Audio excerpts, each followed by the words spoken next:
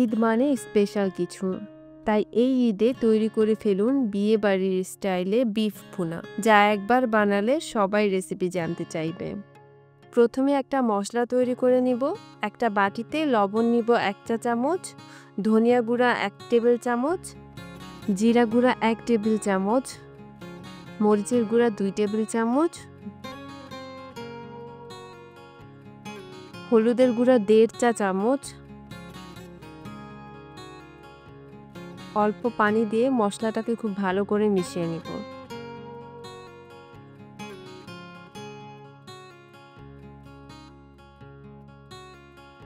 এবার এটাকে একপাশে রেখে দিচ্ছি। এখন রান্নার জন্য কড়াইতে মাঝারি আঁচে তেল দিয়ে দিব 1/4 কাপ। তেলটা হালকা গরম হয়ে আসলে পেঁয়াজ কুচি দিয়ে দিব 1 কাপ। পেঁয়াজটা কিছুক্ষণ ভেজে নিব। আস্ত মশলা দিয়ে দিব। এলাচ দিব 6টি, কালো এলাচ দিব 1টি, তেজপাতা দিব 2টি, দারচিনি দিব 4টি,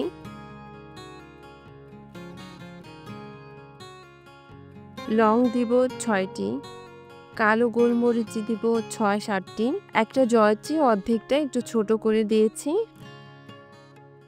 আদা রসুন বাটা দিব 2 টেবিল চামচ। কিছুক্ষণ রান্না করব আদা রসুনের কাঁচা গন্ধটা যাওয়া পর্যন্ত।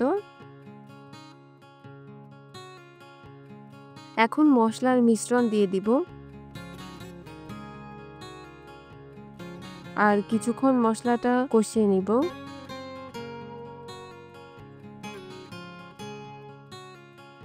এখন মাংস দিয়ে দিব 2 কেজি। হাড় চর্বি সহ মাংসটা আছে এখানে। মাংস মশলার সাথে ভালো করে মিশিয়ে নিব।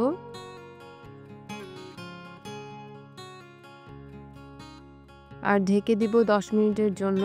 10 মিনিট পর এখন ঢাকনা খুলে মাংসটা একবার নেড়ে দিব। আস্ত কাঁচামরিচ দিব কয়েকটা।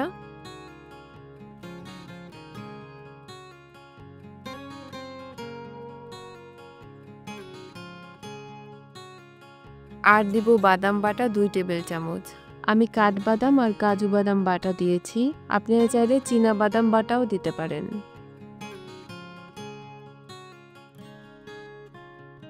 মাঝারি আঁচে ঢেকে দিব 10 মিনিটের জন্য।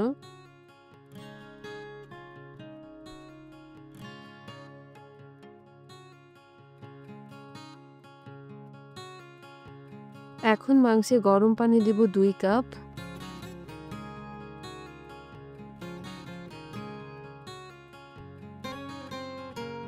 এখন মাঝারি আঁচে মাংসটা ঢেকে রাখবো একদম 20 মিনিটের জন্য।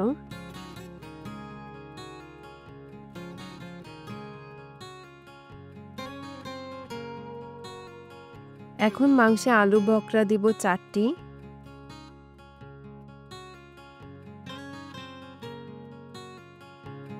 আর কেওড়া জল দিব 1 চা চামচ। সাথে ঘি দিব 1 চা চামচ। গরম মশলা গুঁড়া দিব 1 চা চামচ।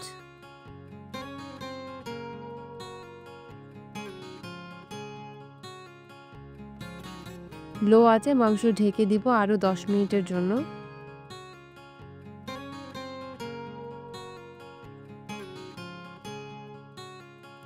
এখন মাংসে 1 চামচ গুঁড়া দুধ দিয়ে চুলা বন্ধ করে ঢেকে রাখবো 2 মিনিট। এবার মাংসটা নামিয়ে নিব। কেমন লাগলো এই ঈদ স্পেশাল রেসিপি? কমেন্টে জানান। দেখা হবে পরের রেসিপিতে।